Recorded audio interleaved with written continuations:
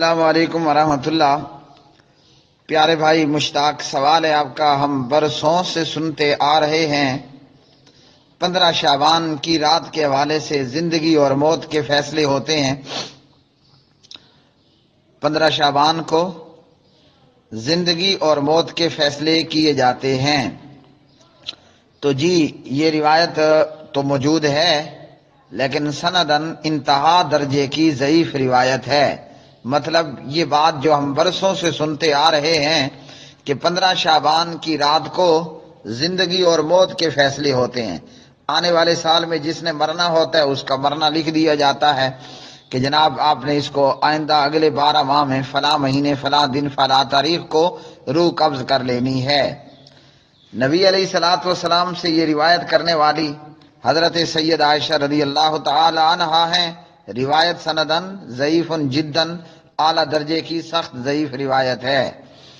روایت یہ کہتی ہے حل تدرین ما هذه اللیل، یعنی لیلۃ النصف من شعبان، قالت ما فیہا یا رسول اللہ صلی اللہ علیہ وسلم، فقال فیہا ان یکتب کل مولود من بنی آدم فی هذه السنة، وفیہا ان یکتب کل ہالک من بنی آدم فی هذه السنة، وفیہا ترفع اعمالهم وفیہا تنزل ارزاقهم۔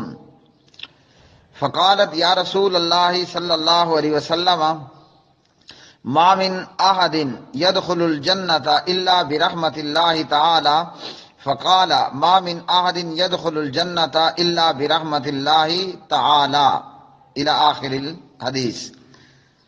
نبی علیہ الصلوۃ والسلام سے نقل کیا، آپ نے فرمایا اے عائشہ کیا تو جانتی ہے یہ کون سی رات ہے؟ یعنی نصف شعبان کی رات۔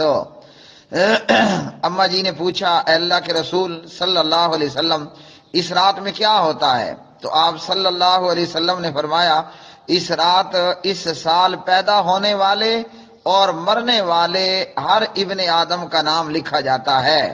مطلب آئندہ 12 ماہ میں جس نے پیدا ہونا ہے اس کا نام لکھ دیا جاتا ہے، اور جس نے مر جانا ہے اس کو مار دیا جانا ہے، اس کی روح قبض کر لی جانی ہے، اس کا بھی نام لکھ دیا جاتا ہے۔ اس رات میں اعمال بلند کیے جاتے ہیں اور اس رات میں لوگوں کا رزق نازل کیا جاتا ہے۔ سید عائشہ نے کہا اے اللہ کے رسول صلی اللہ علیہ وسلم کیا کوئی بھی اللہ کی رحمت کے بغیر جنت میں داخل نہ ہوگا؟ تو آپ صلی اللہ علیہ وسلم نے فرمایا کوئی بھی جنت میں اللہ تعالیٰ کی رحمت کے بغیر داخل نہیں ہوگا۔ آپ صلی اللہ علیہ وسلم نے یہ بات 3 مرتبہ ارشاد فرمائی۔ تو اماں جی نے کہا اے اللہ کے رسول صلی اللہ علیہ وسلم کیا آپ بھی؟ تو آپ صلی اللہ علیہ وسلم نے اپنا ہاتھ اپنے سر پر رکھتے ہوئے فرمایا ہاں میں بھی، سوائے اس کے کہ مجھے رب تعالیٰ کی اللہ تعالیٰ کی رحمت ڈھانپ لے۔ آپ صلی اللہ علیہ وسلم نے 3 مرتبہ یہ کلمات کہے۔ اب یہ بات ہم برسوں سے سنتے آ رہے ہیں، اور اس روایت کو امام بہقی نے روایت کیا، اور انہی کے حوالے سے یہ روایت مشکات میں بھی موجود ہے۔ اب یہ روایت سندن سخت ضعیف ہے، اس کی سند انتہا درجے کی ضعیف سند ہے، کیونکہ اس میں ایک راوی ہے خلف بن محمد، اسے امام ابو یعلا نے اور اسی طرح دیگر نے ضعیف بتلایا ہے، اور ضعیف بھی ضعیف جداً سخت درجے کا ضعیف ہو۔ تو اس کی سند انتہائی ضعیف ہے، اور اس میں موجود ایک راوی خلف بن محمد جو کہ بے حد ضعیف راوی ہے، اور امام ابو یعلا فرماتے ہیں کہ یہ راوی انتہا درجے کا ضعیف ہے، اور یہ ایسی ایسی روایات لے کر آتا ہے کہ جو ثقہ راویوں سے روایت نہیں کی گئی ہوتی، منقول نہیں ہوتی۔ اور یہی بات امام ذہبی رحمہ اللہ تعالی نے کہی۔ تو 15 شعبان کی رات کو زندگی اور موت کا فیصلہ ہوتا ہے اور رزق نازل کیا جاتا ہے۔ تو یہ بات جو ہم برسوں سے سنتے آ رہے تھے گڑنتو اور من گھڑت نکلی۔ 15 شعبان کے حوالے سے کچھ یا شعبان کے حوالے سے کچھ روایات صحیح بھی ہیں، جو کہ انشاءاللہ میں 2-3 دن بعد جو آنے والا خطبہ جمعہ ہے اس میں تفصیلاً بیان کر دوں گا بمائے اس روایت کے۔ اور اسی طرح 15 شعبان کو زندگی اور موت کا فیصلہ ہوتا ہے، تو یہ بات درست نہیں ہے، اس لیے ڈرنے کی ضرورت نہیں ہے۔ موت جب آئے گی وہ اپنے وقت پر آ جائے گی، نہ وہ ایک لمحہ آگے کو ہوگی نہ وہ ایک لمحہ پیچھے کو ہوگی۔ اب لوگ 15 شعبان کو کیا کر رہے ہوتے ہیں؟ رات کی عبادت کرتے ہیں اور دن میں روزہ رکھنا شروع کر دیتے ہیں، تو یہ بھی آئندہ خطبے میں بیان ہوگی، لیکن ابھی بھی بتائے دیتا ہوں۔ 15 شعبان کی رات کو عبادت کرنا اور دن کو روزہ رکھنا، اس روایت کے تعلق سے جو کہ ابن ماجہ میں 1388 نمبر پر ہے، علامہ محمد ناصر الدین البانی رحمہ اللہ فرماتے ہیں ضعیف جدا، سخت درجے کی ضعیف روایت ہے۔ اس روایت کے راوی جناب حضرت علی بن ابی طالب علیہ السلام ہیں۔ اذا كانت ليلة النصف من شعبان فقوموا ليلها وصوموا نهارها فإن الله ينزل فيها لغروب الشمس إلى سماء الدنيا فيقول ألا من مستغفر لي فأغفر له إلى آخر الحدیث۔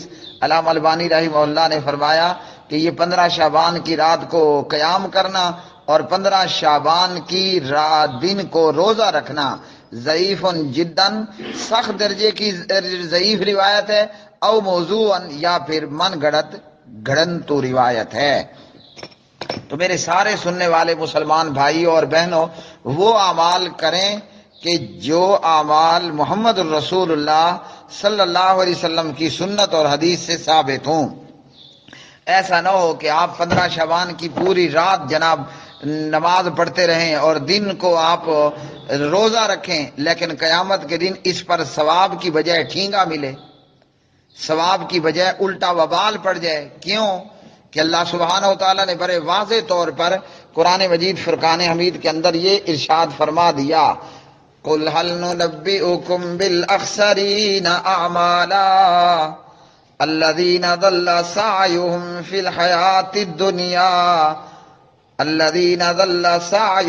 الْحَيَاةِ الدُّنْيَا وَهُمْ يَحْسَبُونَ أَنَّهُمْ يُحْسِنُونَ صُنْعًا۔ اور اسی طرح اللہ سبحانہ و تعالیٰ نے سورۃ الغاشیہ کے اندر بھی یہ بات بیان فرما دی، هل اتاک حدیث الغاشیہ وجوہ یومئذ خاشعہ عاملۃ ناصبہ۔ کیا تجھے بھی چھپا لینے والے قیامت کی خبر پہنچی ہے؟ اس دن بہت سے چہرے ذلیل ہوں گے اور محنت کرنے والے تھکے ہوئے ہوں گے۔ ایسا نہ ہو کہ پوری 15 شعبان کی رات آپ قیام میں گزاریں، بہت بڑی محنت کی بات ہے، لوگ سوئے ہوئے ہیں اور 15 شعبان کا قیام کرنے والا وہ سونے کی بجائے قیام اللیل میں موجود ہے، تہجد کے اندر مصروف ہے، نماز پڑھنے میں مصروف ہے۔ لوگ 15 شعبان کے دن کو کھا پی رہے ہیں اور کھا پی کر جناب موجے مار رہے ہیں، اور یہ پورا دن بھوکا رہ کر کیا کرتا ہے؟ یہ روزہ رکھتا ہے۔ اب اسے امید تو یہ ہے کہ مجھے 15 شعبان کی رات کی عبادت پر ثواب ہوگا اور 15 شعبان کے روزے پر مجھے اجر و ثواب عطا ہوگا، لیکن معاملہ جب اس کے الٹ اور نکلے گا تو پھر اس کے لیے بہت بڑی پریشانی بن جائے گی۔ الذین ضل سعیہم فی الحیاۃ الدنیا وہم یحسبون انہم یحسنون صنعا۔ فرمایا وہ جن کی دنیاوی زندگی کی تمام تر کوششیں بیکار گئیں اور وہ اسی گمان اور خیال میں رہ گئے کہ وہ بڑے اچھے کام کر رہے ہیں، تو 15 شعبان کی رات کو قیام کرنے والا سمجھتا تو یہ ہے میں بڑا نیکی کا کام کر رہا ہوں، دن کو روزہ رکھنے والا سمجھتا تو یہ ہے کہ میں بڑا کوئی اچھا اور نیکی کا کام کر رہا ہوں، لیکن قیامت کے دن کیا ہوگا؟ بجائے اجر و ثواب کے ٹھینگا بھی نہیں ملے گا۔ اور حدیث سنیے، ان عائشہ رضی اللہ تعالی عنہا قالت قال رسول اللہ صلی اللہ علیہ وسلم من عمل عملا لیس علیہ امرنا فہو رد، رواہ مسلم۔ جس نے کوئی عمل کیا اور اس عمل پر ہمارا امر نہ ہوا، ہمارا حکم نہ ہوا، وہ مردود ہے۔ تو 15 شعبان کی رات کا قیام نبی علیہ السلام کا نہ حکم ہے نہ عمل ہے۔ 15 شعبان کا روزہ رکھنا نہ نبی علیہ الصلوۃ والسلام کا عمل ہے، نہ نبی علیہ السلام کا حکم ہے، تو پیچھے کیا بچا؟ جیسے علامہ البانی رحمہ اللہ اور دیگر نے بتلایا کہ یہ 15 شعبان کی رات کی عبادت، دن کا روزہ، 15 شعبان کی رات کو زندگی اور موت کے فیصلے، رزق کا نازل ہونا، اور یہ تمام باتیں کیا ہیں؟ یہ من گھڑت ہیں، گھڑنتو ہیں۔ تو گھڑنتوں پر عمل نہیں کرنا، سنت پر، حدیث پر عمل کریں جو ثابت شدہ ہو۔ یہ مت دیکھا کریں کہ ہم برسوں سے کرتے چلے آ رہے ہیں، ہمارا ابا بھی کرتا تھا، ہماری اماں بھی کرا کرتی تھی۔ اللہ سبحانہ و تعالیٰ نے آپ سے آپ کے متعلق پوچھنا ہے۔ کوئی اگر اللہ کو یہ جواب دینے کھڑا ہو گیا کہ میرا ابا اس طرح کرتا تھا، میرا نانا، میرا اماں اس طرح کرتی تھی، یہ جواب آپ کا ریجیکٹڈ ہوگا۔ عمل کریے، وہ کریے کہ جو نبی علیہ الصلوۃ والسلام سے ثابت ہو۔ آپ عمل کریں گے، اگر آپ سے پوچھ لیا گیا عمل کیوں کیا، آپ کہیں گے میں نے بخاری میں حدیث پڑھی تھی۔ آپ سے پوچھا جائے گا یہ آپ نے عمل کیوں کیا، اگر آپ جواب دیتے ہیں میں نے مسلم میں حدیث پڑھی تھی، تو سبحان اللہ، آپ کے وارے نیارے ہوں گے، ہر نیکی پر 10 گنا اور 700 گنا اور اس سے زیادہ اجر و ثواب حاصل ہوگا۔ تو 15 شعبان کو زندگی موت کے فیصلے، 15 شعبان قیام اور روزہ، یہ من گھڑت ہے، برسوں سنی ہوئی یہ بات جھوٹ نکلی۔ آج ہمارا کام یہ ہے کہ ہم اس جھوٹ کو چھوڑ دیں اور سچ کی طرف آئیں۔ مزید تفصیل کے لیے آنے والا خطبہ جمعہ سماعت فرمائیں۔